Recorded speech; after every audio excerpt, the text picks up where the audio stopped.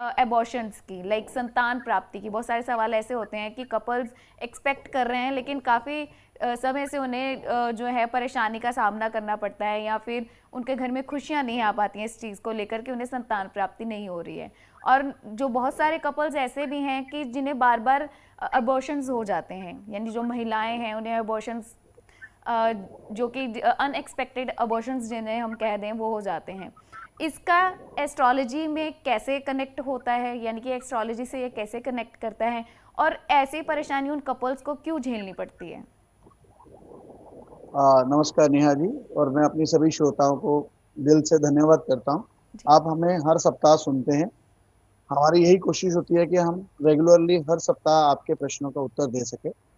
नेहा जी, आपने ये अबॉर्शन और जिन लोगों को संतान की उत्पत्ति नहीं होती, ये दो अलग अलग विषय हैं, लेकिन आपने दोनों को पूछा है तो मैं आपको दोनों का उत्तर दूंगा। जी।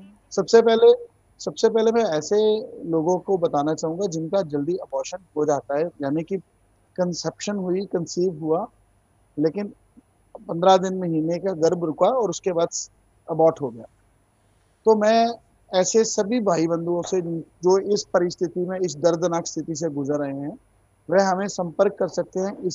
इसके लिए अगर गर्भ ठहर जाए और अगर आपको पहले ये दिक्कत आई हुई है या डॉक्टर ने ऐसा बोला है कि ये गिर सकता है, तो उसके लिए हम अपनी तरफ से बिल्कुल निशुल्क, सिर्फ कोरियर चार्ज हम लेते हैं, जो भी नॉमिनल 50-100 रुपया कोरियर का है, निशुल्क रक्षा कवच हमारी मेरे ऑफिस की तरफ से भेजा जाता है, ताकि हम उस गर्भ की रक्षा कर सके। हम लोग वो रक्षा कवच, आप कोई भी ऐसा जो परेशानी में जो गुजर रहा है जो दंपति, वह हमारे ऑफिस में नीचे दिए हुए नंबर में, एस्ट्रो एडवाइस इंडिया के नाम से मेरा फेसबुक और यूट्यूब पेज है, वहां से हमें संपर्क करके ये रक्षा कवच मंगवा सकता है। मुझे 15-16 साल हो चुके हैं।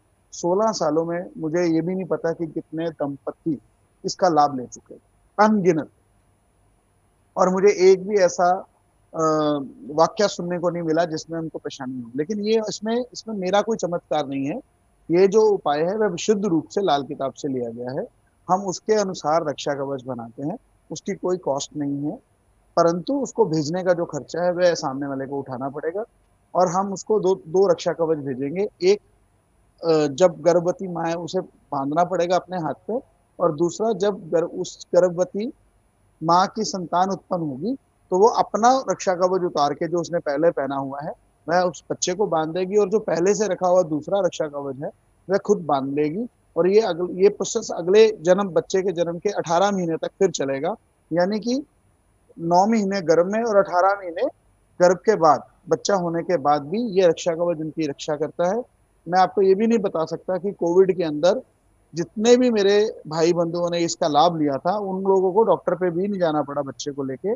जब तक कोविड चलता रहा, लगभग 18 महीने कोविड चला होगा, तो 18 महीने उनको जरूरत भी नहीं पड़ी बच्चे को डॉक्टर पे लेके जाने। तो ऐसे चमत्कारी उपाय लाल किताब में दिए हुए हैं जिनकी कोई कॉस्ट नहीं है।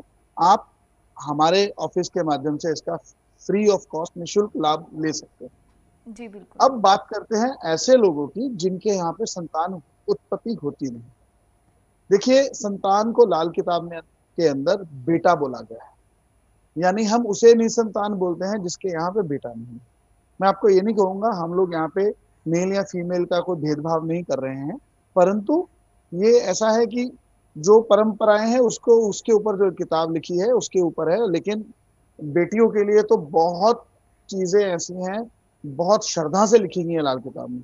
परंतु इसका मतलब ऐसा नहीं है कि लड़के को हम औलाद मान रहे हैं तो लड़की को नहीं। परंतु जो औलाद बोली गई, इसमें वही बोलेगी जो नर औलाद हो, बेटा हो, वंश वृद्धि जिससे आगे होती है, अपना खून आगे बढ़े, तो ऐसा उसमें लिखा गया।